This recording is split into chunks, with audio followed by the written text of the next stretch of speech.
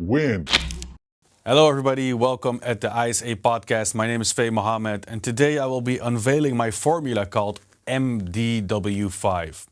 And thank you all, first of all, for watching. And what we're going to do today is talk about some essential keys and pieces that I find very important and in the life of a man, I would say. And I've created this formula for men in the first place. Later down the line in the podcast, I will talk a little bit about why I created this formula, why I think it's important, and why it should be used. So I will go into the details of the creation, and so don't worry about that. But before we do that, I would like to say is that this is the English version. I've already shot a Dutch version of this formula. As you guys may know, I'm Dutch, so I shoot content in two languages, in Dutch, but mainly I'll do it in English. What I will do for you today is I will give you a step-by-step explanation into my formula called, again, MDW5. And I just want to actually go straight for it. I don't want to announce anything new or do whatever. Let's just kick it and let's just start right away. So I created this formula, and it took me actually a while, like I would say 15 years to develop this, because I've been developing this for a very long time. And I knew that even all those years back ago, I knew I would use this formula someday. But for me, I didn't know when, how, and when that moment would arrive and what the circumstances would be. Well, I guess today, in 2024, the time has come to finally unveil it. But before that, I actually already wrote a book during my process of creating this formula. And you see it actually here on the right side of the screen. For me, it's left, I guess. It's called Break the Habit. That's my book. And in that book, I'll go into detail about what technological change means for the world and why habits don't adhere to technological improvements, and why you need to be adaptable. So the whole key about ISA is being adaptable, because life changes, the world changes, and how intelligent you are depends on your ability to adapt to that change. Hence, the reason why this is called the ISA podcast, meaning intelligence equals adaptability. That was a definition not made by me, it was made by Stephen Hawking. I can safely say that we can assume that this man is a pretty smart man, right? He's a pretty smart man. I think that's very, very safe to say. And I totally agree with that definition. And that's the reason why this is called today ISA. Let's get into it. So the first letter, right? So the formula is called MDW5. So I will go through what these letters mean, and let's just start with the first one. The first one is called the M of motivation. You'll probably be thinking, oh, here it comes again. Another YouTube guru thinking he knows the definition of things and trying to explain us how we should live our lives. Yeah, granted, I understand what you mean with that. And I understand that a lot of people may have come with explanations or influencers or whatever it may be. The reason why I feel very confident about motivation is, like, throughout my life, I was studying motivation. I read books, let's say John C. Maxwell, Tony Robbins, or maybe Grant Cardone, or whatever, Mahatma Gandhi, whatever books I could find my hands on regarding motivation, leadership, and also public speakers, right, from all around the world. The literature is abundant in the video space, like in social media, but also in literature-wise, in books. And the problem I had was all the time when I was studying this literature, it always came to like a sort of similar conclusion all the time. It was either something like, hang out with motivated people and you'll be motivated people number 6. Okay, some truth to it. You just do these things to get 3 things to get motivated. Don't do these 3 things anymore to get motivated. There was always like this 1, 2, 3 step, or just hang around with motivated people. If you're not motivated, it was always a very, I would say, illogical explanation for me. So how does a man get motivated? They would only give me what I would say like solutions in a sense, but how can you solve something if you don't know the root problem? So that's what my problem always was. I couldn't find any real motivation book that could explain me the core and root problem of what motivation was. So it was up to me to basically figure it out. And I did.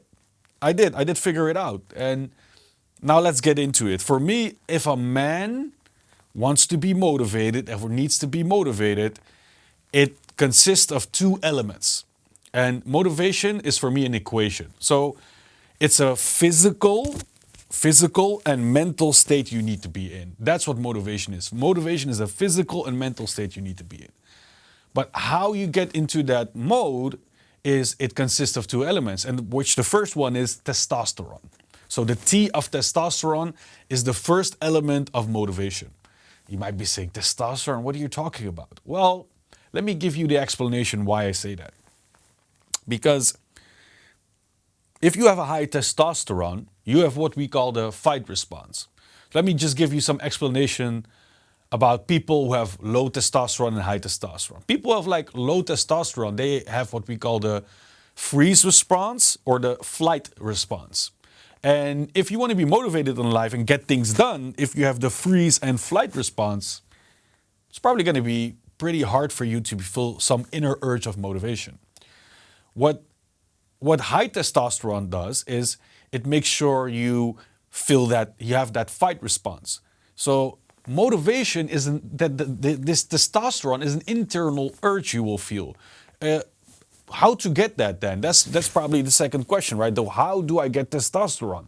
If you say that's important, okay, well then tell me why.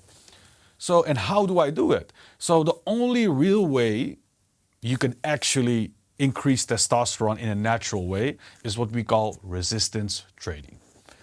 If you do resistance training, basically that means you put your body and yourself through a form of physical exercise where your body basically breaks itself down and needs to rebuild itself again. The cells need to rebuild themselves again. So you need to put yourself through some physical stress, and henceforward your body needs to rebuild itself. That is what testosterone does. So resistance training, right? It basically also means swimming, biking, hiking, everything that makes your body go to physical stress and it needs to rebuild itself. That's what resistance training does. And what will happen is once you start training is that your testosterone levels in your body will start rising. Well, maybe you have some side effects like maybe your beard will grow, or you maybe start developing a hair on your chest or whatever it may be. But the best part about having a high testosterone is that you'll have trouble sitting at home. Believe me, normally when you have low testosterone, you can sit on your couch, but when you have high testosterone, it's hard. You just sit there. You want to be able to be in what I call an achieving mode. That's what testosterone does. And yeah, the main key for me is that how can you be motivated if you don't have what we call the fight instinct? Because there's gonna be a lot of negative things that will come onto your path. And how can you deal with that if you don't feel the fight response? That's why you need to have testosterone, right? So resistance training testosterone is the first part. People who have low testosterone have, again, a flight and a freeze response. How are you going to win in life if that's your response? So if you don't have a good enough testosterone level, I'm sorry, it's really hard to feel an internal urge to fight. So that's the physical part, I would say, of the physical state of motivation. Now let's talk about the mental state of motivation. And that's the second part, and that's what we call dopamine, the D of dopamine. So testosterone plus dopamine equals motivation. And what is dopamine exactly? Well, dopamine is what we call a neurotransmitter. And it's not a hormone, it's a neurotransmitter. And what that neurotransmitter does is it's the reward system that your brain uses to punish or reward certain behaviors. I would say reward. Let's skip the punishment part out. Sorry about that, but it's the reward system that your brain uses to signal certain behavior and give then a certain feeling towards that, probably a feeling of euphoria. So let me explain to you what it actually is. And I think the best way I can explain this is to give a bad example. And the bad example is, what is dopamine exactly? Dopamine is a neurotransmitter that's inside of your bloodstream in your head. And basically this is what it does. Let me give you an example. let's say I would use cocaine, right? And the moment I use cocaine, I feel this sense of euphoria. I can conquer the world. Any girl would date me. I can start any business. Yeah, I'm not afraid of him. What that does, it gives you an overwhelming amount of self-confidence, what I always say. Probably even maybe a little bit too much. But as you see, that's an unnatural and unhealthy way to gain that dopamine sense. And what does then that dopamine, what is it exactly, what does it mean? So, and how do you increase it then? Because I think that is the bigger question we are at, right? So we now know it's a neurotransmitter, it's inside your head. And for instance, when I snort cocaine or whatever, I don't do it, by the way, I don't know why I use this explanation 2 times, but what happens then is that that dopamine is now free inside of the bloodstream. So it's not taken in within your brain. And because it's free in the bloodstream, that is what gives you that sense of euphoria and you feel like you can do anything. But I gave you a bad example of how to increase that dopamine. So how do you then increase it in a natural way? So the way you increase dopamine, there are a multitude of things you could do, but I would say the main key thing to stimulating dopamine is stimulating the ability to learn. So let's say you would meet an unmotivated person. Don't talk about his problems, don't talk about whatever. First fix testosterone and fix dopamine. And you do, and how you then do that to put people to stimulate their ability to learn, excuse me, what you do for that is let them learn anything. Let them paint. Let them play chess. Let them learn a new language. Let them have a new hobby. Let them play puzzles. It doesn't matter what they do. Let them play music or guitar. What you want to do is you want to create what we call is proof of concept. And this is what it will do. When somebody learns painting or when somebody learns chess, they'll be like, I may be fat. I may be incompetent. I may not be that smart, but you know what? I can paint. I can get my driver's license. I can learn a new language. What that does, it will give them proof of concept. So once you get into that mode, once you understand that, it will give you so much purpose. So dopamine, you need to stimulate the ability to learn. Let me now put this in a little bit of a bigger perspective, right? So we understand the part of testosterone. We understand that dopamine is a component. Let's talk a little bit about these two, what increases testosterone and dopamine and what lowers it. So what will increase testosterone? Like I said, resistance training. We can take steroids, but guys, I would not advise you to do so. To do so, the long-term consequences sometimes can be detrimental, like insanely. But how does testosterone then, for instance, decrease, right? Because it's not only that you need to do activities that increase your testosterone. Remind you that there are probably activities that you are performing right at this very second that will decrease that. One of the things that will decrease that, for instance, is the use of alcohol, use of drugs, jerking a lot, guys. We gotta be honest, right?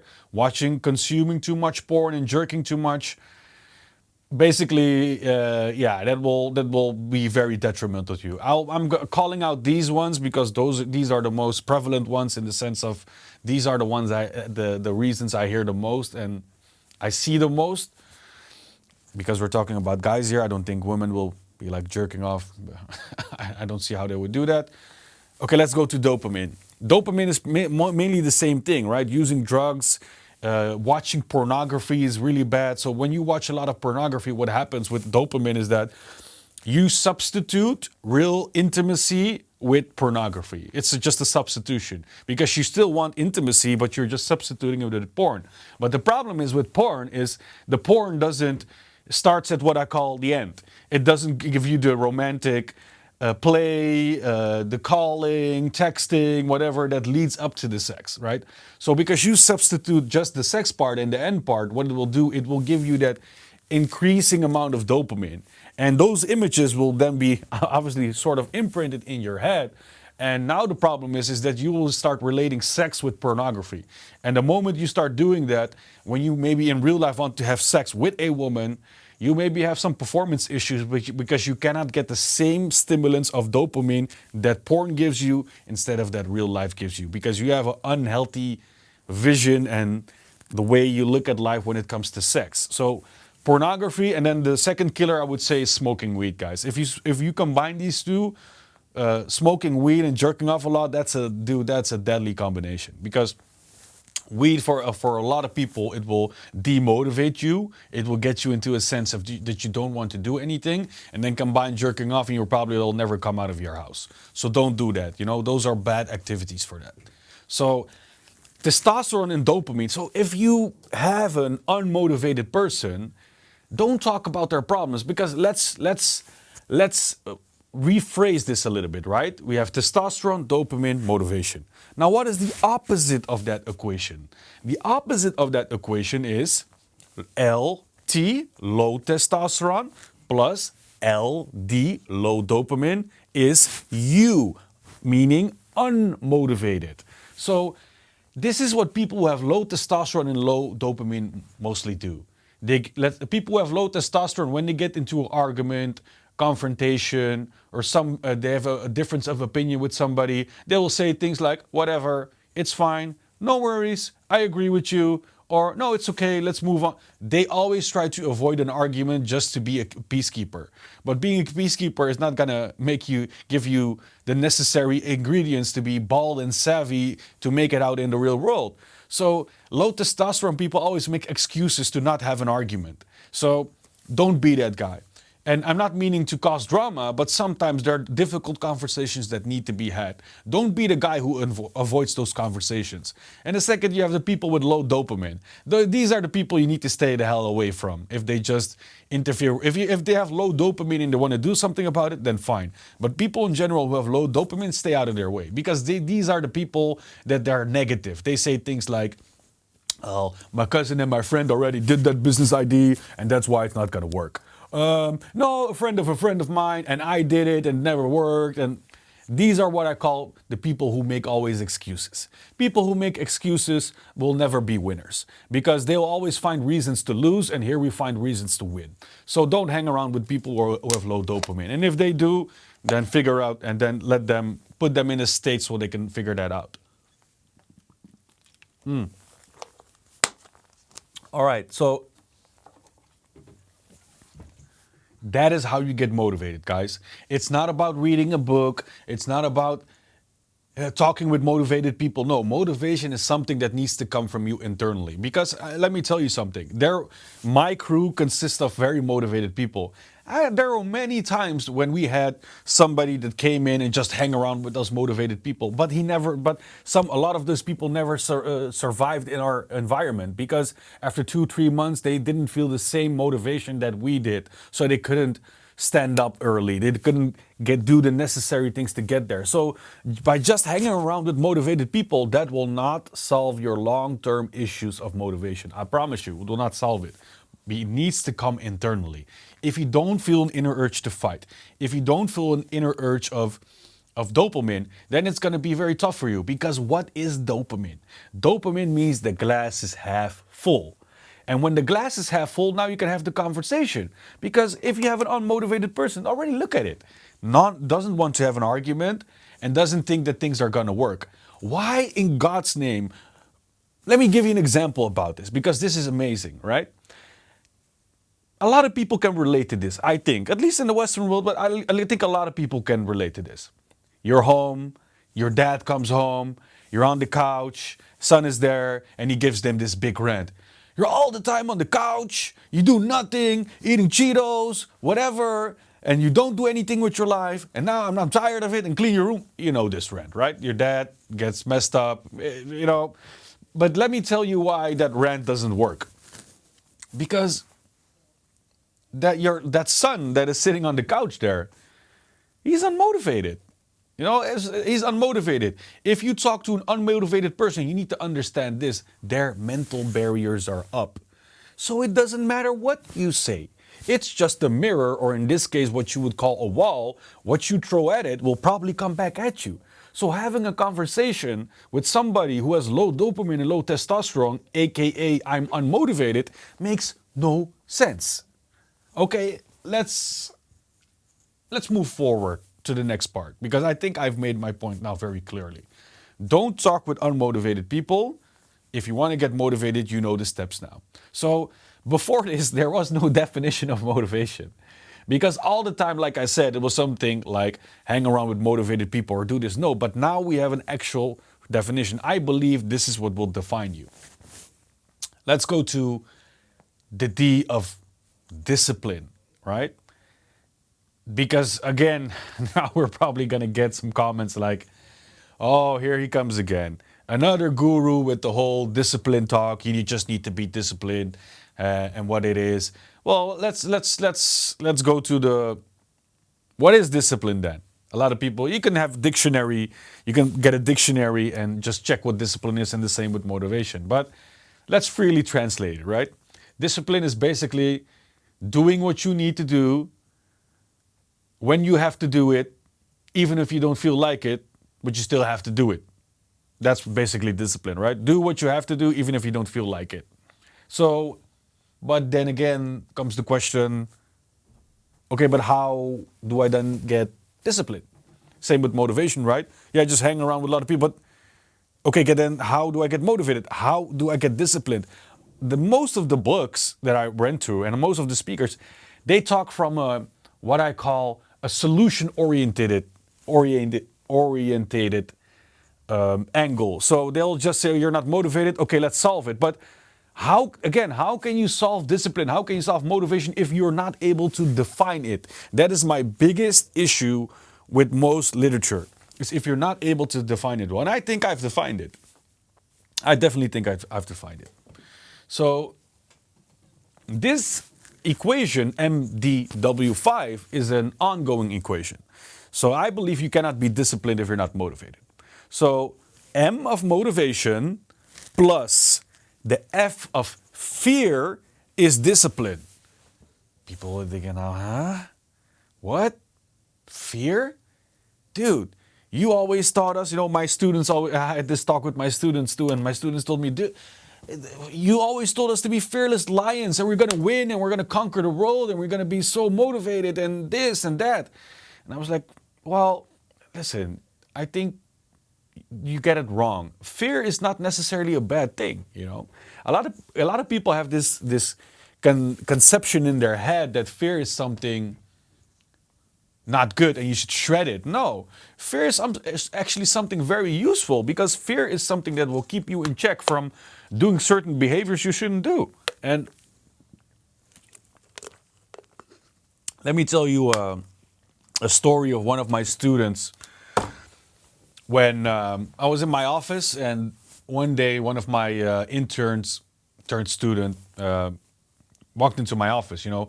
We learned him how to be motivated, right? Yeah. So we learned him something new. I have an office, and there you have all these books, and I gave him some books to read, and he wanted to get motivated, right? So, but if you go for an internship at my office or you come work for me, it's a little bit different, It's not this 9 to 5 or whatever. No, here it's all about merit, and I want you to improve. And if there's a guy in here with me, my students, they improve exactly like the way I do it. So the thing is, I don't talk with them. If most of these students, they come in unmotivated, but I don't talk to them. I just say, hey, listen, get to the gym. And they'll be like, oh, but whatever. Listen, get to the gym and start reading one book there.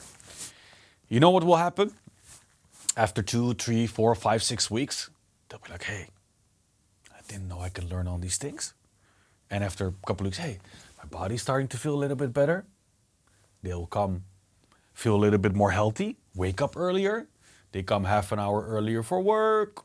They stay 1 hour later. They're like motivated. They're like, wow, so this is how this works. That is how they make their money. They went from like 5K to 2K or 5K, whatever it may be. They went to different levels, all prospectively. But the main point is that for that to manifestate itself and get to that thing, you need to be able to put them in a situation where they can thrive. So what I did for them is I first motivated them, right? Okay, let's get motivated, right? Let's get into the gym. Let's read these things. And now let's look at what happened. Motivation is basically learning how to build a Ferrari.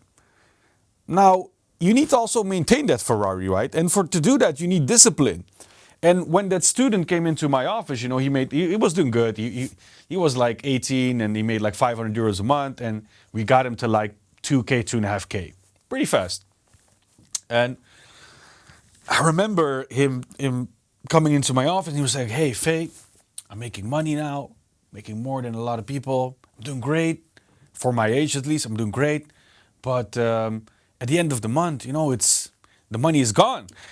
And I started laughing and I was like, okay. So what happened basically with this guy is that he got a little bit cocky, he got a little bit arrogant. He was talking, I'm 18, making 2.5K a month. My peers only make this. And he was thinking now he's all this and more. And I needed to bring him back to the ground. And so basically this is what happened. I travel also a lot, and he went with me on one of my travels to a country in Europe. And during that travel, he saw how I traveled and talked with people, interacted with people, how I did my business abroad, how we traveled, from just small details, from getting into a plane, what to take with you, suitcases, whatever. And during that trip, I put him with his both feet on the ground, because this is it. When people are unmotivated and undisciplined, this is what it basically looks like. Imagine yourself being in a tunnel, yeah? And in a tunnel which is totally dark. And the thing is, you cannot see the end of the light at the end of the tunnel. That's what that feels like. And obviously, when they get motivated, they think they're out of it. And they think that, oh, now I see a light at the end of the tunnel. I can be whatever I want. I don't need to be fearful or whatever. They get a little bit high on themselves. So what I teach them is, okay, let's look back a little bit. This is where you are now. This is where you were. And this is what you're looking at, right? You think you're already there. Let me explain you something, my friend. If you don't work hard, there's other people out there who want to come for your spot. If you think you're already there, if you think you already made it, you're dead wrong, bro. You're dead wrong. Because you know what will happen if I'm not anymore in your life? Your life will turn out exactly the way it was before you met me. That's why you need to change. We talked about it, and we talked about it extensively, what fear is. What fear does is it puts you with both feet on the ground. If you don't have any fear response, how can you be disciplined? For me, one of my biggest, I would say, fears is being mediocre. So if you don't have any sense of fearfulness, how can you be disciplined? I don't want to lose my job. I don't want to lose my woman. I don't want to lose my friends. I don't want to lose my opportunities. I don't want to lose this. I don't want to lose that. If you are healthy fearful and you understand that you don't want to lose certain things, it will prohibit you from taking certain decisions you would normally won't take. So being fearful is not necessarily a bad thing, guys. It definitely necessarily is not a bad thing. So I just want to make sure that is very clear. So guys, I got disturbed. I'm sorry for that. Let me put this damn phone here. So guys, being disciplined and understanding discipline means that you understand fear. It's really important. If you don't understand fear, it's very hard to move forward. So how do you then get that? So there are basically 3 ways for this. So the first one is you talk to what I call an expert, right? If you have talked to an expert, people probably maybe went to jail, used a lot of drugs, were junkies, did bad things. Talk with these people who have reformed their life. Let them inform you. They're wise in bad things. So if they're wise in that, why wouldn't you use that knowledge? Because now you can see where your life may end up. Hey, dude, listen, I don't want to use drugs. I don't want to look like this guy. I don't want to do this.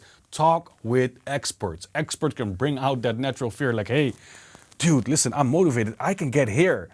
But if I do these stupid things, I'll go back and I will not even get to my own life. I could maybe turn out like this guy.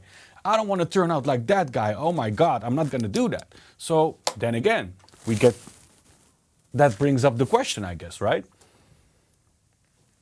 Expert, maybe you don't have it. So what do you do then? Well, you have another option. Study history. The people who study history always have a healthy fear of life.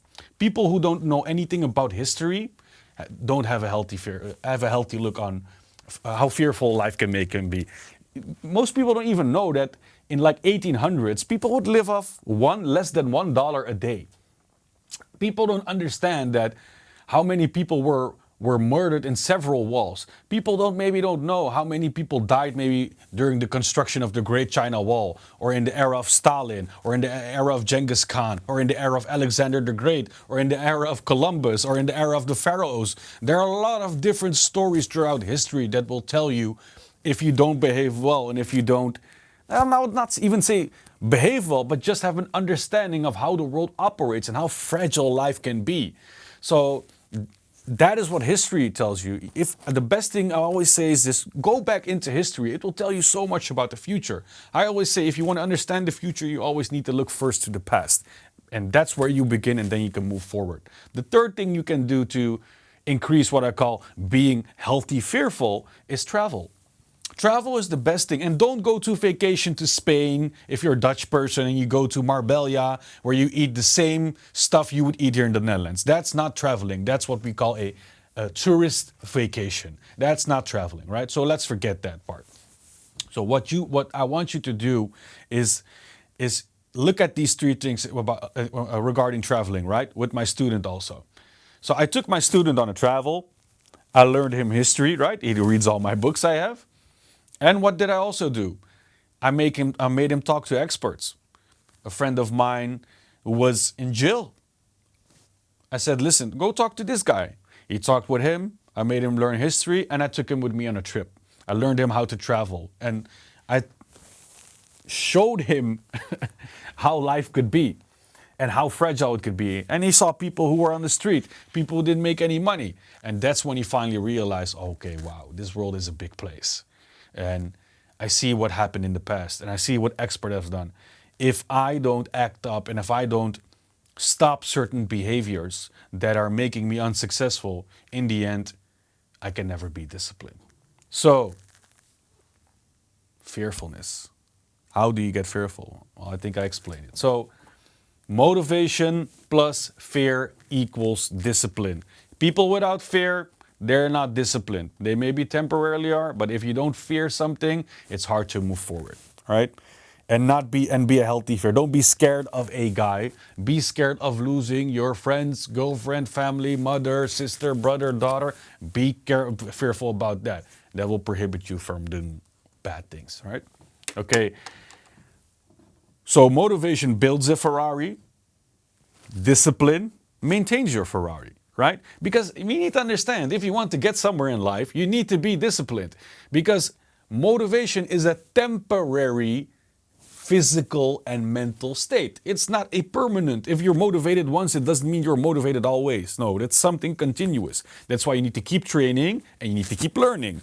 But to maintain that state of learning and training, you need to understand why you're doing it. You need to understand that fear. You need to understand how the world works. If you don't understand how the world works, there's no possible way to do that. And if you do it then you can get to the explanation that a lot of people said, like, you just got to do what you have to do even if you don't feel like it. Yeah, but now you know why and how that happens. That happens because you're fearful. And that's how you get discipline. Voila. That's it, guys. So motivation builds your Ferrari, a discipline maintains your Ferrari. The tires and everything. You need mechanics, dude. You need to make sure that you understand how to maintain your Ferrari. Okay, we're now motivated, we're now disciplined. Now what? That's not enough, my friend, because a lot of people go through life. They maybe even are motivated and they are disciplined, but they never figure out why. And that's why you need the W of what we call willpower, MDW, right? And the W stands for willpower. And probably some of you guys again are like, oh, here he comes again. Another guy talking about willpower. You just need to be mentally strong. You just need to be mentally strong. No, guys, no, I don't mean that. I know it's cliche, but let me tell you what my definition is of willpower. There are a lot of different definitions, and will also has something to do. It's like it crosses paths with also some religions and way of lives. So I'm not going to say, okay, my definition of will is how it's supposed to be, but I think I've boiled it down to key elements that will help you.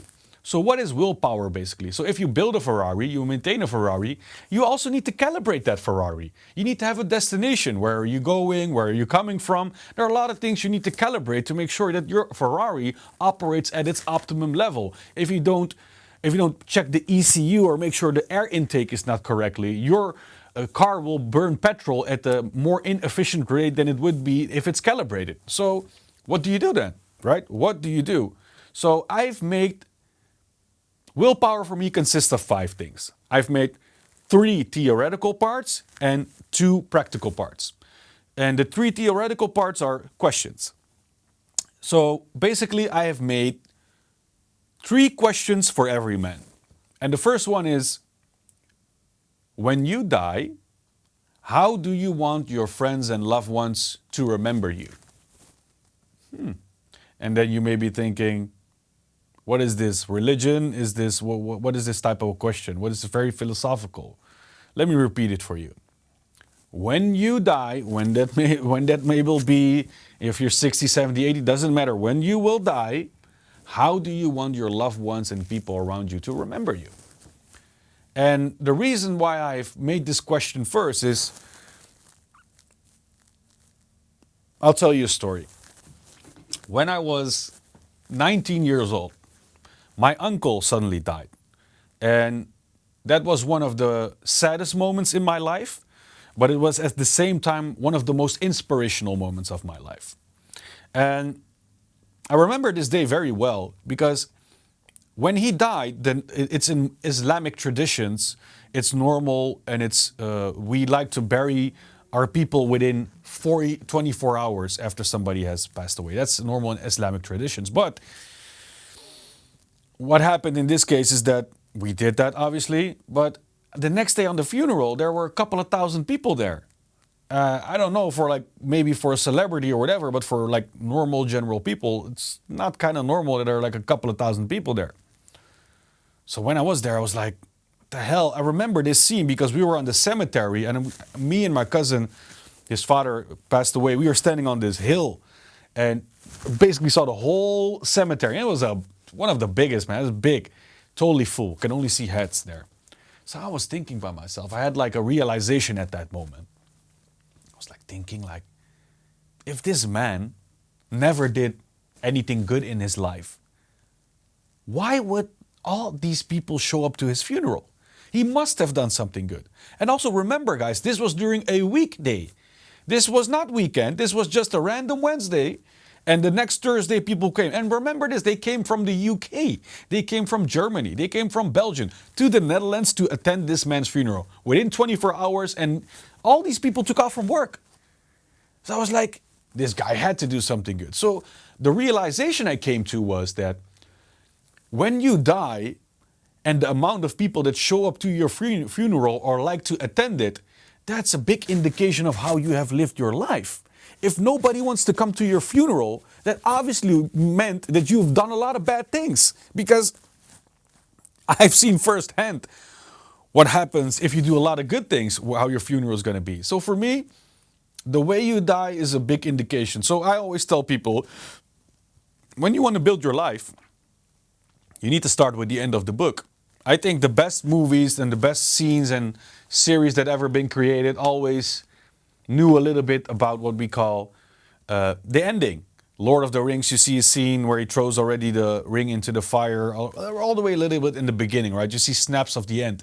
The best writers always know how the book is going to end. Because they know how the book is going to end, they can limit their options in that sense. And that's what you all also need.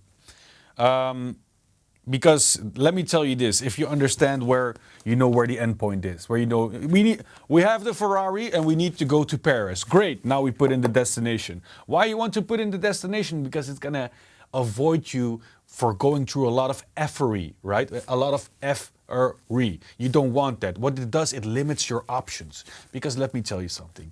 Humans, when given a lot of options, they're not very well with that. So they don't operate very well with that. So limiting some of your options is very good. So let's say today you're a big asshole, right? And you want to be this free caregiving guy that everybody depended on. Now, if you're an asshole and this is how you want the end of the book to be like, don't you see those two things don't correlate? So what you then need to do is you will limit your options, and when you understand the end of the book, it will help you with your career choice. If you're a person, like I said, that wants to be remembered by helping people, it will help you choose a career path, maybe in the medical field where you can help people, or maybe in volunteering work, foundational work. Understanding how your personal book will end will help you with your career choices, with the type of wife you want to have, with the type of girl you want to date, with the people you want to surround yourself with. If you don't know the end of the book, you're going to associate with all types of people, and then later down in the end of the line, you're going to realize, hey, this is never what I wanted to. Too late. You didn't think about it, right? So that's why you start with the end of the book. Now let's go to the second question. The second question is, who am I? Well, who am I is a very normal and basic question, but a lot of people don't even think about it, because most people walk through life not being themselves. You want to know why? Because your real opinions cost money. If you are a racist, for instance, and I hate Turkish people, and I go into a Turkish bakery and I say I hate all Turkish people, well, the consequence of that will be that I'll probably not be able to buy products from Turkish stores. So, meaning, if you need products from Turkish stores, you cannot afford the opinion to be racist. So, opinions cost money. So, the closer you can get to yourself, the more you will be yourself. And my biggest thing is always, you need to be as who you are. Because most people, they just act like somebody. They're not their real selves. And I understand that you cannot always be your total real self. There's things like a society where you obviously take care of people and you adjust a little bit. That's totally normal. But you don't want to go through life being somebody you're not. People who are not themselves, they wear a mask all the time. And you can maybe wear a mask with your colleagues or whatever, but I would hate to wear a mask at home with your friends and family. That's just ridiculous. Because you need to understand who you are. I am now in The Hague. I need to go to Paris. Fantastic. It's like, once you ask that question, who am I? It's like standing in front of a mirror, naked, asking yourself that question to the mirror, who am I really? And just be honest. Don't lie to yourself. Hey, I'm pretty bad at this. I'm pretty good at this. I'm generally this type of person. And be honest about that. Once you know that, and once you know the end, fantastic. We know the end of the book. We know the beginning of the book. Now we just need to do the middle part. Okay? Insane. Third question. This is the most difficult one. I'm going to be really honest with you. Before this formula, 90% or even more of you people, oh my God, that sounds so bad, of people can't answer this question. But I think after this explanation, you'll be able to do so. And the third question is meant to, what I call, keep the driver safe. That's what the third question is for. Because you're driving that Ferrari, you're making it, you're maintaining it, you're calibrating it, but we need to make sure that the driver gets there safe. And the third question is this. Why are you who you are today? What is the reason why who you are today? So we had the question, who are you? Why are you the way you are? That's question number 3. Why are you the way you are? And you've been thinking again, this philosophical question. What is the reason you are who you are? Because if you don't figure out what the reason is why you are today who you are, it's going to be big problems for you. Very big problems for you. Let me give you an example from my childhood. I remember when I was 14 years old, we had a lunch break in the cafeteria, right? Like half an hour lunch break at like noon. And, kids just having a fun time, sitting around there. And this topic came up of, what are you wearing? And what are you wearing? I'm wearing a Tommy jeans. I'm wearing a G-Star, whatever it is. And then came my turn. And I have clothes, right? So I don't have any brand. I didn't have any brand. And at that moment, when I was like 14 years old, at that moment, it made me feel like kind of inferior, I guess. It was not like I was totally insecure or I have no self-confidence, but it did make me feel a little bit inferior. You may be saying, dude, who gives a damn what you were wearing when you were 14 years old? And my friend, you are absolutely right. But you know what the thing is? It mattered to me. And if I didn't solve that, and now I also see obviously how ridiculous that is, do you understand that such a event in your past can totally impact your future decisions? Because this is my personal belief, and you may think, okay, you're totally wrong, but this is my personal belief. I think that most of the trauma that everybody experiences and has, you experience in the first 18 years. And that is what will form you for the rest of your life. So if you're getting into a Ferrari and you know your destination and you're going to drive and you don't fix your past problems, this is what could happen. Did you ever hear this? You know, people are like 50, 60, and they go to the psychiatrist or psychologist and they talk about things when they were 16, 12, 11, 9, maybe even 7. A lot of times people have things in the past which they haven't solved. And then when they're 50, they go to a psychologist or shrink. Why do they need to go to a psychologist? They need to go because they haven't solved something in the past. That's why question number 3 is important. Because you know what will happen if you do not solve that question. It will keep haunting you. And the only way you can get it away is if you have what we call coping mechanisms. And what is a coping mechanism? Alcohol, drugs, jerking off, cutting yourself, whatever, I don't know, weird behavior, perverse behavior. There are a lot of things. Violence. Coping mechanisms make you help solve and numb those maybe old pains. But the only way, listen, I don't know what pain you have been through. Maybe you even been sexually abused. Maybe your dad didn't like you. Your mom didn't treat you good. Your friends bullied you at school. They hit you. Your sister always betrayed you. I don't know what happened in your life, my friend. And I know how ridiculous life can be. I don't know what happened, but the only thing I want to tell you is this. Be at peace with it, my friend. Because if you don't do it, you're a ticking time bomb, my friend. Eventually you will destroy yourself by getting behind your Ferrari, drinking alcohol, and then when you're almost near Paris, you crash it into a hill. That is what, if you don't answer that third question, that is what will happen.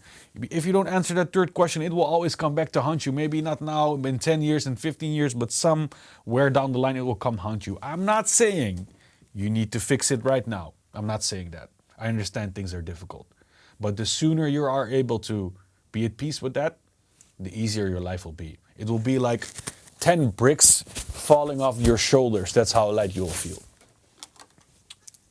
So that are the 3 theoretical parts, right? So we have the destination.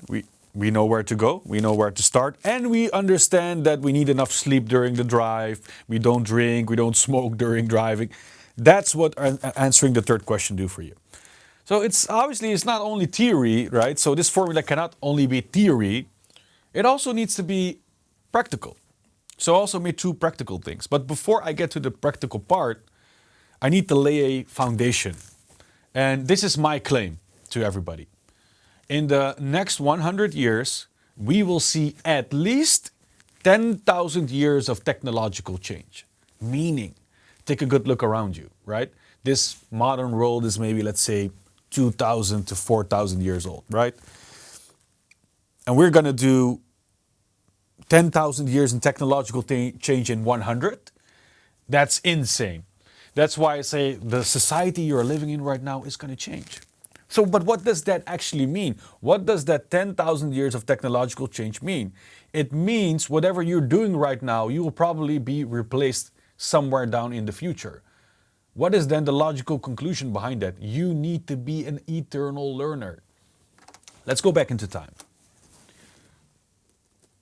When we first start basic humanity, we would live as nomads.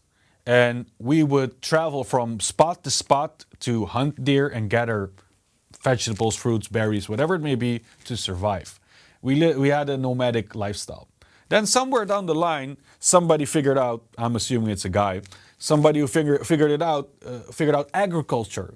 So we stay in one spot, we farm our goods, and normally what we would do with 10 people to go out and hunt, we can now do with 5 people. We can, with 5 people, farm the land. We can produce even more food than we could ever get living a nomadic lifestyle. But the consequence of that was 5 people losing their job, because normally 10 men would go out to hunt to get to provide. But now only 5. What happened? Technological change. What technological change does, it increases productivity in a way that you need less humans. But what did those 5 people then do? Those 5 people went on to make maybe skin, leather of the skin. They started crafting tools. Whatever they did, they started doing other things to add to society. Then came the Industrial Revolution, right? Everybody thought, oh, I'm going to be forever working, making my things. And then in one go, 80% of the workforce was gone because of what? The Industrial Revolution. Machines could do what we could do. Then we had the information age, right? And now we're again in a new age. So every time a paradigm changes, technological change just creates a new game board. Right? You were playing Monopoly and you were behind, and what technological change for you does, it will give you again a normal playing field. Because the skill you have right now, let's say I'm in finance, right? We do taxes for clients, we build yearly statements for them. But let me tell you something, my own profession, within probably 10 years, AI will have taken over my profession. So if I think I'm this high-flying podcaster, I know what the hell I'm doing, and I have a book, and I have businesses, if I think that is going to be enough, in 10 years, my competency is irrelevant. Technological change is kept up, my competency is irrelevant. So, rule number 4, you need to be an eternal learner. You need to be competent. Competencies is really important. Let me tell you something else about competency. It relates to women. So I have a saying that goes like, you can be fat, you can have a small dick, you can smell bad, but you better not be incompetent. Because women hate incompetent men. They will disqualify you for a lot of things, your height, your size, beard, whatever, right?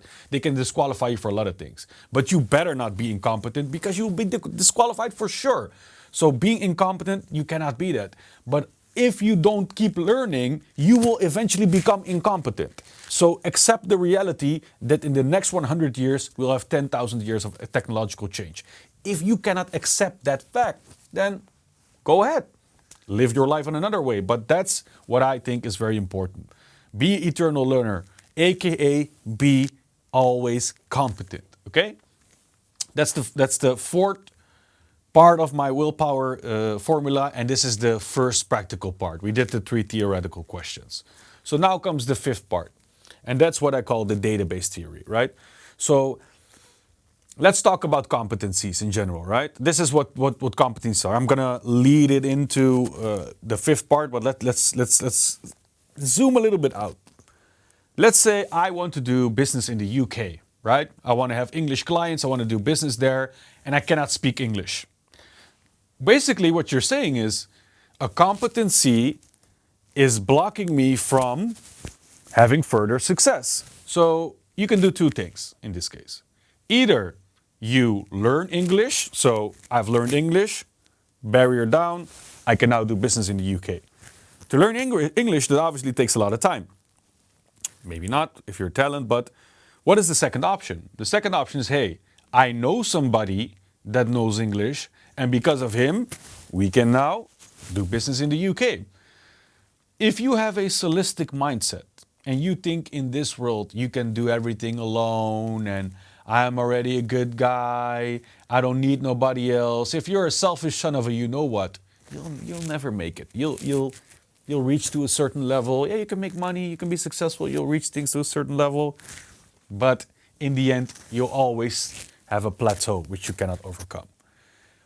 What successful people in this world have realized is that if you want to become great, if you want to be successful, you need to understand human capital.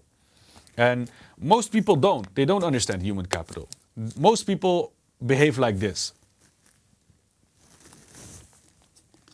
I am a producer. I'm going to hang out with all my producer friends. I'm a lawyer. I'm going to hang out with all my lawyer friends. I am a soccer player. I'm going to hang out with all my soccer player friends. I do university, so I'm only gonna hang out with people from university. Not gonna hang out with stupid people, right? So that is a big error in thinking, a very big error. Because let me explain something to you. Part 5 of the willpower equation is this, the database theory. So this is how you need to look at it. When you're walking through life, what you're basically every day doing is you get certain inputs, you simulate thoughts and actions based on your experiences, based on what you've learned, based on trauma, whatever, right? You simulate thoughts and a certain output comes out of it. If you put shit in it, probably not something good is going to come out of it. So what you put in it decides, for a big part, what that output then will be. So you're simulating that all day. So let's say I have a problem. I need to solve a certain equation. Well, if you want to solve that, this is how I do it. Most people have homogeneous thoughts.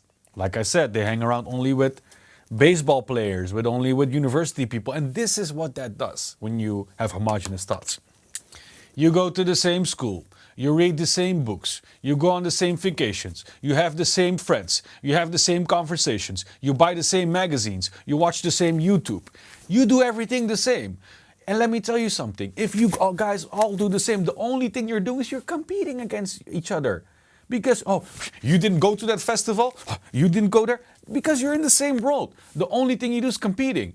That is what we call homogeneous thoughts. No new thoughts can be simulated from one database because there's no crossing. You all have the same database. How can magic happen in the comfort zone? Magic always happens outside of the comfort zone, about things when you don't know something, you know? So what do you need? You need heterogeneous thoughts. And before people start canceling me, no, this has nothing to do with gender or sex. Please, give me a break. This has everything to do with the way you think. I have heterogeneous thoughts. Let me explain what that means. I know producers. The guy who's shooting my podcast, right? Those guys who behind the camera and the lights, they're all helping me solve an equation, right? I know people who are in finance. I know people who are in law. I know people who are in airline industry. People with clubs. People who go to mosques, who go to churches. I know people from all walks of lives and professions. And what that does, it gives me an inherent advantage. Because you with homogeneous thoughts can only look at a problem from one angle because you have one database set. But when I, with my team, look at things, like I said, producer, lawyer, everybody looks at things in a different way. And because we look at everything from a different way, I can look at a problem in 20 different ways and you can only look at it at one. This is what successful people understand. And because they do that, they can look at a problem or something that they want to discuss in many different ways. That gives them the best opportunity and ability to solve that issue because you have more variables to work with. That's why you need heterogeneous thoughts. So don't hang around with all the same people. Hang around with whites, hang around with Chinese, do whatever. You need to build a big database sets, right? That is what you need to do. And the bigger that database set gets with competent people, what happens is you'll be able to win. And an exercise I always do with young people is, you know what? Let's do it right now for fun, right? If you're watching, grab your phone or maybe already on your phone. You're probably on your phone. Go to your contact list, right? First watch this part and go to your phone. Go to your contact list and start with the A. And just tell me what those people or how useful they are. Let's say you're 18 years old, you go to your phone right now, you say, okay, hey, Ahmed, Alex, just go through the list. And you know what you'll see there? And I do this exercise a lot with my students when they come in. And this is what normally happens. So show me your phone. They show it. Like, who is this person? He just smokes. Okay, who's this person? Just drinks. No ambition. Once they go through the whole list, they're like, dude, I don't know anybody. Nobody can arrange anything for me. And then they hear me. I know him. I know him. I know him. He can arrange that for me. Like, oh my God. So going back to the point, if you're a solistic guy, you're never going to come anywhere. You need to understand that you need people around you. And let's rephrase it also a little bit in the sense of, he can do this for me, he can do this for me. Okay, let me tell you how those people, you can do that. Because There is this misconception out there. Oh, you just need to go networking. You need to network. Oh, networking. Yeah, when you network, you can get to know newer people. No, dumbass. You're not going to know any new people. This is how this works. If you network, you'll find people probably on your level or below. If you want to increase the quality of your network and the quantity of your network, you need to understand this first. Why would a person who is worth anything give you his number? The only reason when that person will give you his number is if you also provide some sort of a value that the other person appreciates. So if you're just going to network and go to these events or whatever, and hey, I'm Fey and I'm just networking here and doing your thing, what do? I don't know. But how do you... If you don't offer any value, why should that person take your phone number and put it in his? And why should he give his to yours? He wouldn't. So the first thing you need to do is go back to step 4. I need to be competent. Get your competency up, because if you're more competent, that will give you eventually more accomplishments, and those accomplishments will give you what? Confidence. That will do what? It will attract higher level and higher quality people, because you have what? More to offer. So if you want to build a network, it starts with you. Don't think you need to go outside. Oh, I'm just going to know some people and they're going to do everything for me. No, my friend. You start working on your own quality, and the quality of the fruit gets better, and now the quality of the buyer gets better. That's how this works. So what happens then?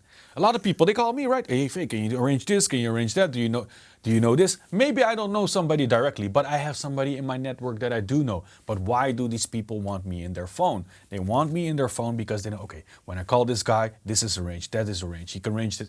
You want that.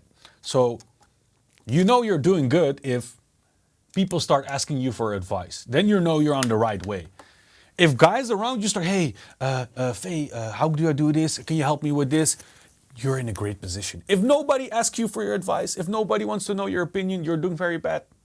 That's just it. If nobody's interested in your opinion, what you're doing, you're just doing bad. I'm not gonna lie. So once you get to that point when people have that, you know that you're on the right track. You want that. So having a network of valuable people that can, let me just be clear about this. They don't need to be your friends, by the way, right? What you need between the two is respect. If you just have respect, that's how you can get this. So these people don't need to be your friends or whatever, but you need to have a solid and good relationship with them, to say the least. So let's back up a little bit, because we went through a lot of stuff. Willpower consists, as I told, about 5 things. 3 theoretical, 2 practical. And what they do is they calibrate your Ferrari, right? It lets you know, okay, if you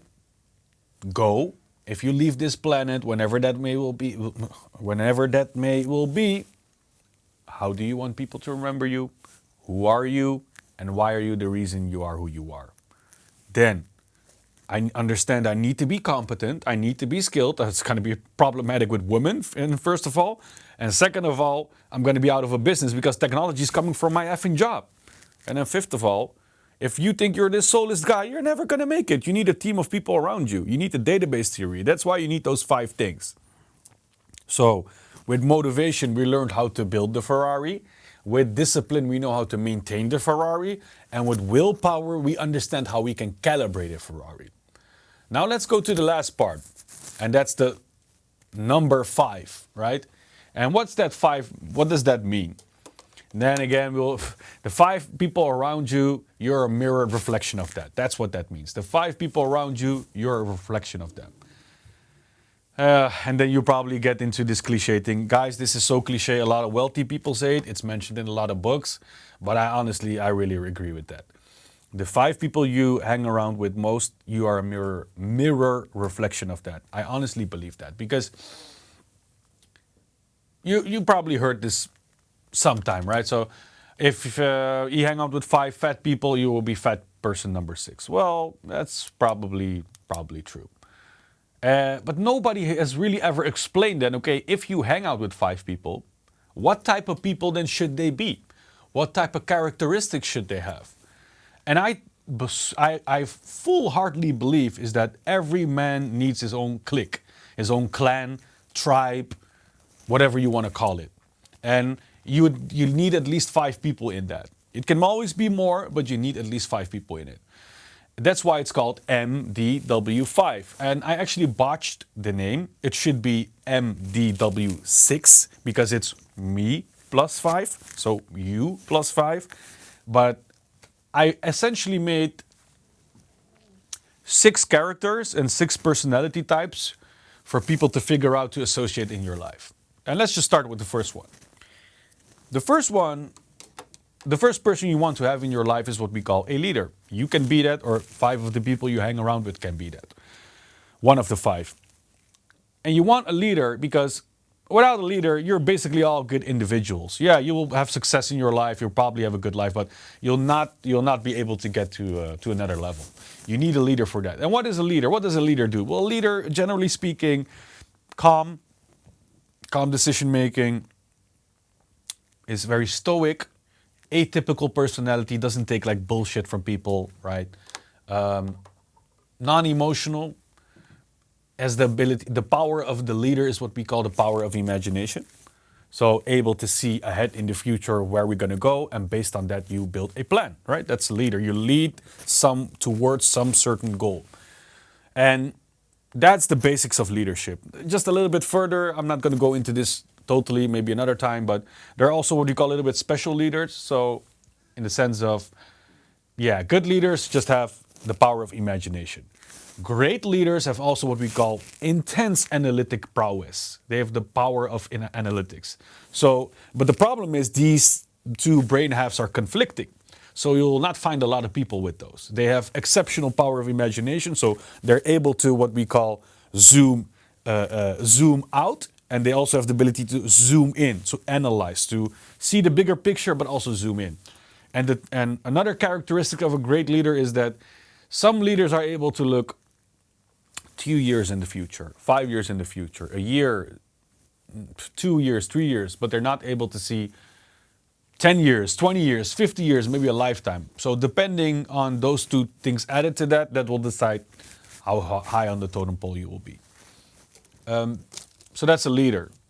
The second personality type you should have in your clan or your tribe is what we call the executor. And the executor is the guy who runs the ship. A lot of people have this misconception that the leader runs the ship and does the everyday, day-to-day stuff. That's not true. That's the executor. The executor is the guy, this is the guy who's the executor. All right. Let's get to work, guys. Why are you late? Why is this not on time? Why has this not happened? Why is this not planned in the agenda? Okay, you work on this, you work on... This is the guy who's organized. This is the guy who doesn't take any bullshit. You need to have that, I need to have that person in your group, because this is the guy who will tell you straight in your face what you need to hear. And let me tell you a little bit how that works in my crew, for instance. So for instance, I have camera guys here, right? So one of my camera guys, I'm not gonna lie, he's a little bit overweight. You could say fat. So I'm like, hey dude, you're effing fat. Get to the gym, bro. You're fat, man. That's how we talk to each other. But the only way by the way, I'm not saying this to women and stuff like that. I don't want to, please, God forbid, don't cancel me. But I only talk this way to motivated people. I'll never talk this way to unmotivated people. Because, like I said, unmotivated people, they have a barrier up. So it doesn't matter what information you bring in.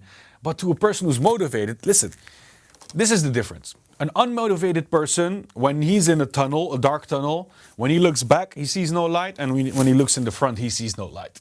When I talk to a motivated person, when he looks at the back, he sees no light, and when he looks at the front, he sees light.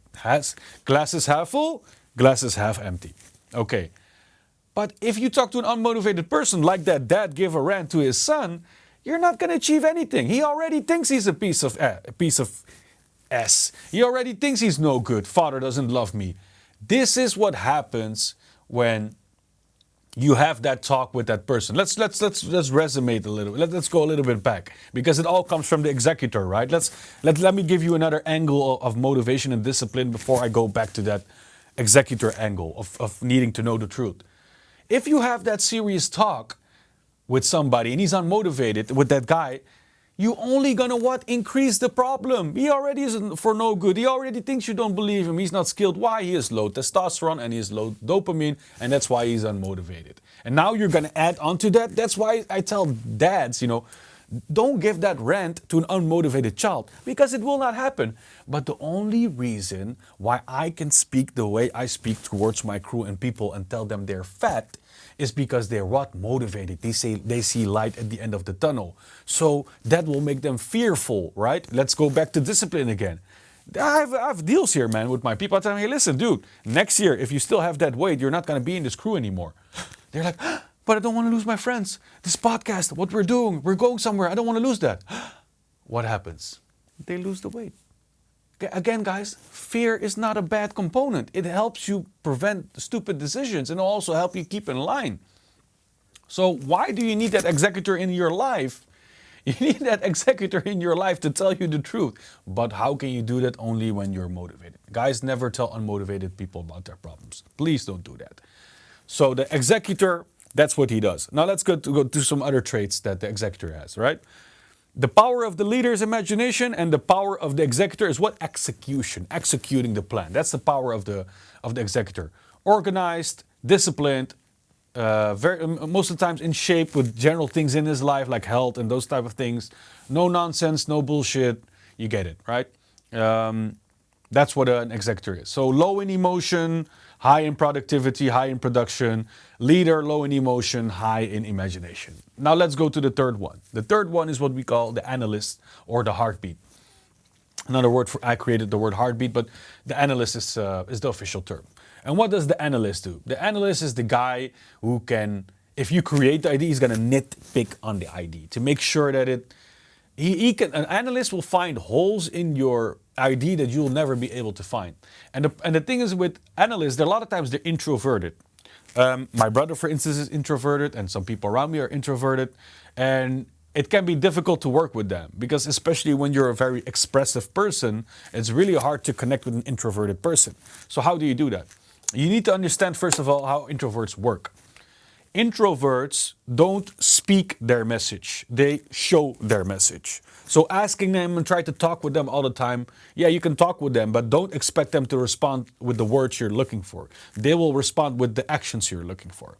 So their actions will tell you what they think of your question or your statement. So for instance, I would be walking in Madrid, right? With my friend and my brother, and we're like, great time, and I see a shirt over there, Real Madrid, see Ronaldo, right? I just thought, oh, it's a great shirt, man. I tell my brother, it's a great shirt. Next year, on my birthday, I get that shirt. I only told him that once. It was just like once. That's what introverted people are. They show their love through their actions. They show their commitment to the boss through their actions by staying later. So the way you communicate with an introvert, you need to understand where they're coming from and you need to read their actions, okay? So what do then? They're low in emotion. Well, they can burst out of emotion when they maybe drink alcohol because why? They don't speak about their feelings, right? So when it comes out, it pops out. Their power is analytics, analyzing, zooming in, right? That is their power of zooming in. Their power is that they can find holes in what you can never find.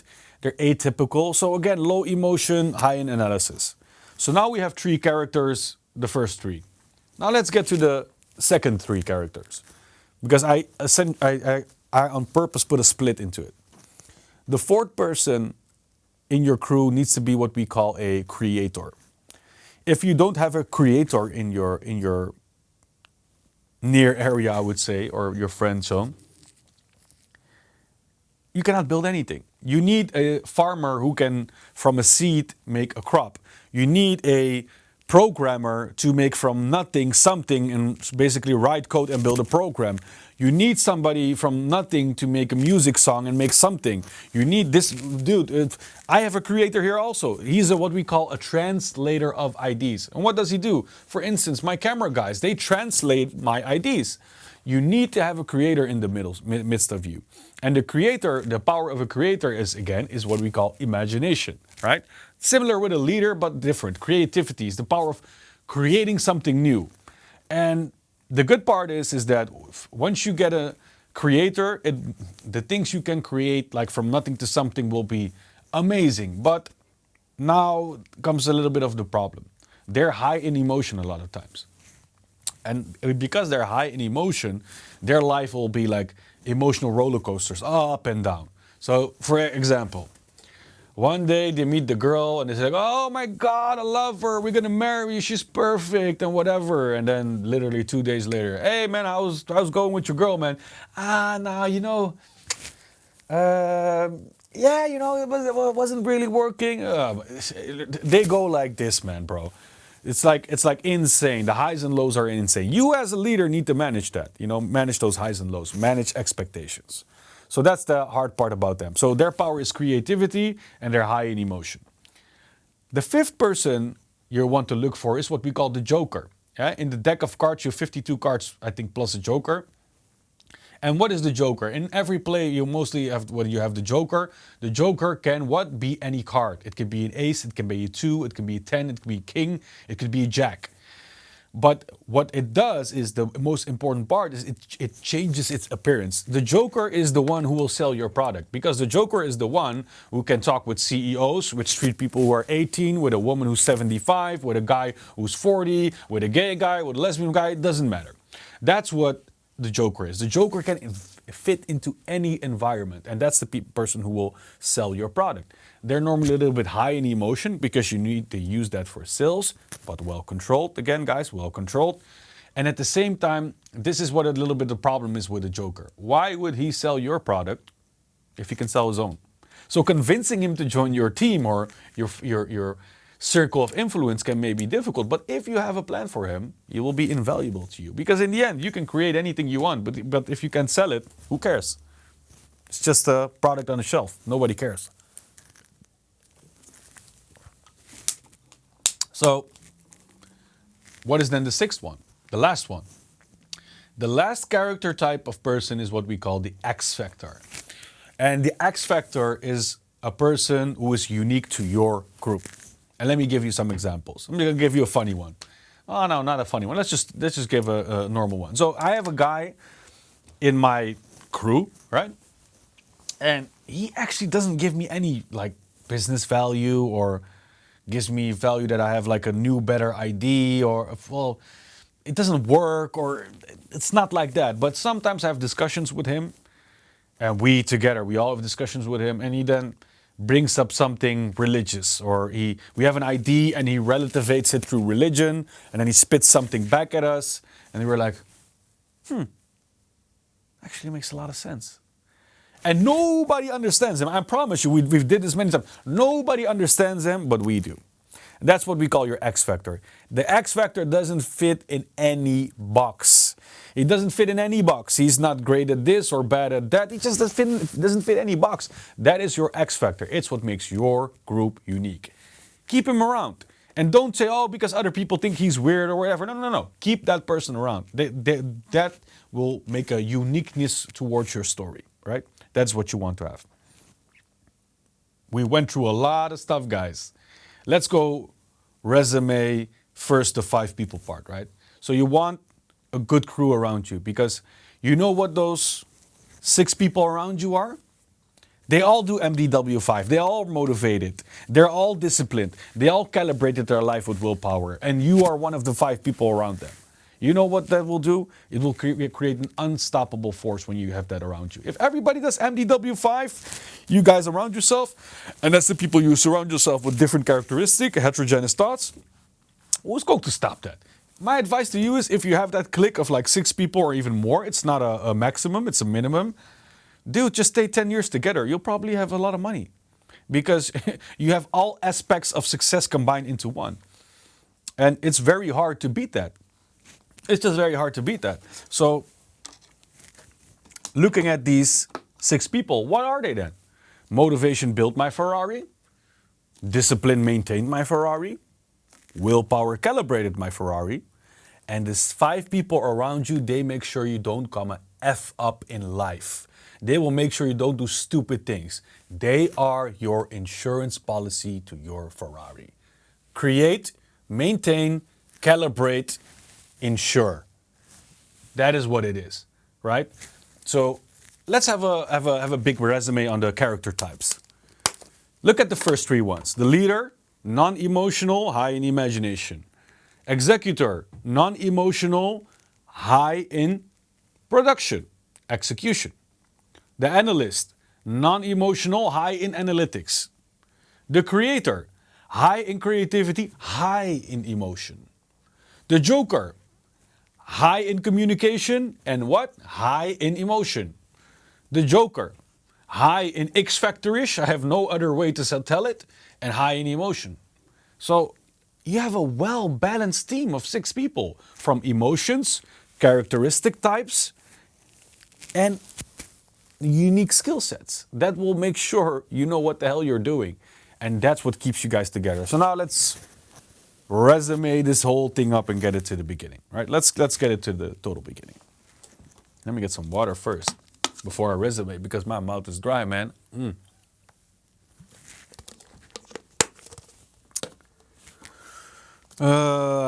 So resume this.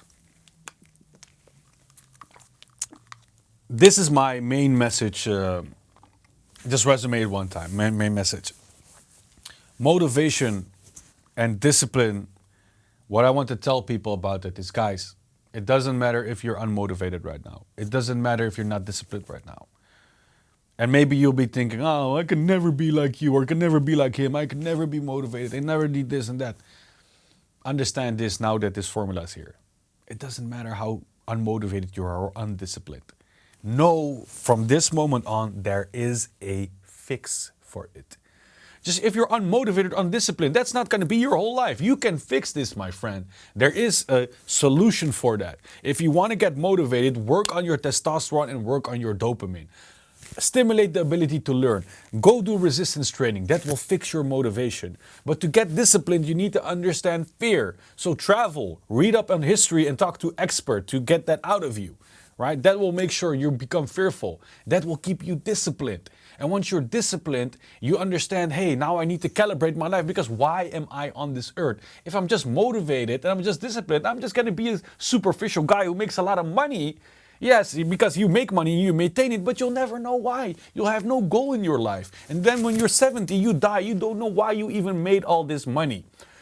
That's why you need calibration. You need these 3 questions in your life because if you're able to answer these questions, you'll save yourself a lot of headache and heartache. And outside of that, so you know, when we talk about calibration, we know, hey, we need a destination, we need a beginning point, we need to understand why we are how we are, we need to understand technological evolution and technological advancement to understand we need to be competent. We need to understand also about that, hey, listen, we need people around us, right? We need to understand the database theory. We need to understand that we need to use other people, their competencies, aka database theory. And we need 5 people around us to make sure we don't come and F up in life. So, yes, testosterone does great things for you. Dopamine does great things for you. Oh, by the way, just side note, testosterone, you also like a lot of testosterone because what? It will give you a high sex drive. And that's good, guys. Good to have a high sex drive. Because even if you are not that good with women, for instance, let's talk about it. Let's say you're not that good with women, right? What testosterone at least will do, you'll have the fight reaction first of all. The second thing is it will give you a higher sex drive. So what will that eventually do? It will make you go out and talk to women. And maybe you don't have game right now. You don't know how to talk to women. But if you keep talking to women and analyze what you're doing, eventually you're going to get better. So that's also a good side effect of having a lot of testosterone, guys. You will want to engage with women. And maybe you're socially awkward, maybe a little bit, but give it some tries and you'll definitely get better. So this was the formula I explained to you guys. And it took me 15 years to build this, but people may be thinking, now you just talked about motivation, discipline, willpower, 5 people around you. How can you call this your own invention? Well, you're right. All those key elements, let's take a bigger look at this. When you go study these subjects, motivation, discipline, the willpower, and the 5 people around you, normally when you study these subjects, you'll just find a book on motivation or a YouTube video just about motivation or whatever form of literature you use to enrich yourself with knowledge. But It will always be just about motivation, just about discipline, or just about willpower, or just about your five friends around you. But this is what I actually, okay, let's break it down. This is what I actually discovered. The reason why a lot of people never really gained a lot of traction with these separate books is because a lot of people have a misconception is that these four things are their own separate elements. This is what my discovery really was. I discovered that these four elements are actually one element. You cannot do the one without the other. So some people are maybe motivated in life, but still they're not disciplined and they cannot get to success. So they're able to start the Ferrari engine, but halfway down the road they burn out because they don't understand discipline. They don't understand what fear means. Or maybe they get disciplined. They make money, so they build the Ferrari and they maintain it, but then they never figure out why. They don't understand what their purpose in life is. Let's say they make money, and then in 10 years they don't understand that the world is changing massively when it comes to technology. So what will happen? They will just make money. Oh, I'm already the guy. And then in 10 years, their competency is no longer relevant. Technology's catched up to them. And what now? They lost everything. So, and then, okay, maybe you even calibrated your life. You even understand that technology is coming for your job. And you maybe even understand that you need to ask yourself these three questions and you have a purposeful life. But then what? You start driving the Ferrari, and halfway when we reach Paris, you start thinking about what happened when you were 8, when you were 12, when you were 15, and you need to cope with that. You started drinking, and still we don't get to Paris. Or what happens? Oh, we even solved our past issues, and I've solved my past issues, everything. But then I went into the car and associated myself with bad people. And then all my goals and my purposeful life got taken away because I was sitting in the car with a guy who had drugs in it and I got caught. That's why you need to have good people around you. So you cannot do the one thing and skip one other part. You can't just simply do that. That's not how this works. That's what I discovered. MDW5 is one formula. You're used to buying 4 books for $25, amounting to $100. Now you can buy one for $25. Because that's going to be my next book, which I will be releasing in 2025, MDW5. So the ultimate message is this, guys. It doesn't matter where you come from. It doesn't matter where you are now. It doesn't matter what you did. It doesn't matter how bad you were. Know that there is light at the end of the tunnel. There is a solution to your motivation. There is a solution to your discipline. There is a solution to willpower. And there is a solution to your friends around you. Once you just understand the game, things will just become a lot easier for you. And it took, like I said, 15 years for me to develop this. And the reason why I'm bringing it out right now, because I knew back then that there would come a time when guys would need this. And look at it, look around you. This is what ISA is. ISA is, we went through technological evolution and social evolution. And the definition of what success for a man is very different from 1980, 2000, and now 2024. And I think most of the materials we give young men in this society are either based on old literature or old people. And they need a new definition of what success, what does it mean to be successful in this life. And this is what MDW5 is. MDW5 is not this get quick, fast, get rich thing. No. What it will do, hey, you'll look a little bit better, you're a little bit smarter, you're a little bit more educated about the world, you're calibrated your life a little bit, and you got maybe one good extra friend with it. And what it will do, this is my claim I'll make to you, it will just improve your life at best, at minimum, not at best, at minimum 25%. Just so, like I said, you'll look a little bit better. Hey, maybe your wife will give you a little bit more attention, or the girl you want attention from maybe gives you a little bit more attention.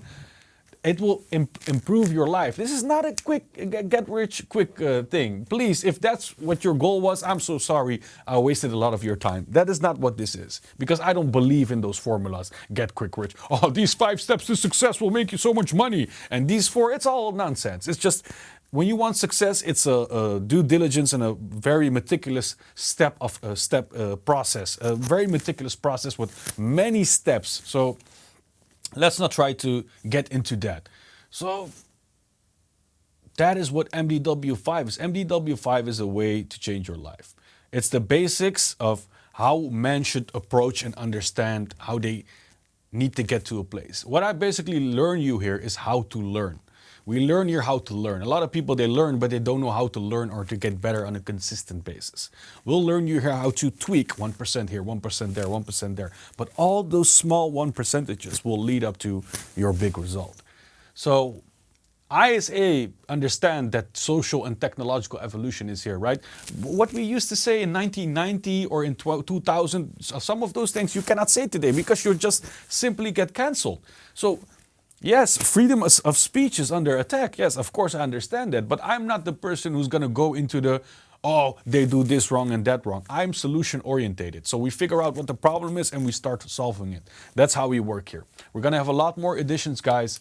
We have a lot more topics. I'm going to also have some other guests here on the show who will talk with me about various topics. But all will be in the limelight of men need to understand where we need to go. We're gonna make sure there is a concrete plan. That is what's going to be the difference for us. We're on the back end. We're working on a lot of new things that will be coming out in 2024. We're going to also give a lot of opportunities and sponsor things here in the Netherlands and also in the areas where we are working currently globally. Once we get there, obviously, we need your support. You know, you guys, you need to understand this is not something that's going to be built in one day. And a lot of people may say you guys are going to fail or it's not going to work. Well, we don't give a damn. We're just going to do what we ever need to do. But to get there, we need all of your support, right? And the more this grows, the more things we can arrange for our communities here. So having said that, this formula is going to be the everything we do after this is going to be connected to our formula. Everything we'll try to introduce, every business we'll try to achieve, every aspect of it, what we'll try to achieve, this formula will be at the center of it. Because it will be the core thing that motivates you, what disciplines you, what gives you willpower, and make sure that you have those people around you. And if we do this all together, I'm sure in my mind that we're going to make it. And after hearing all of this, you may be saying, which I totally understand, that, hey, Fey, come on, man. You're just full of you know what, and I don't agree with you and whatever. You can think of me whatever you want. We live in a free country, and freedom of speech only works when people who you don't like get to say things you don't like. That's the only way this thing works. So you may think I'm wrong, but ask yourself this. What if I'm right and you're wrong? Peace. Scared men don't win.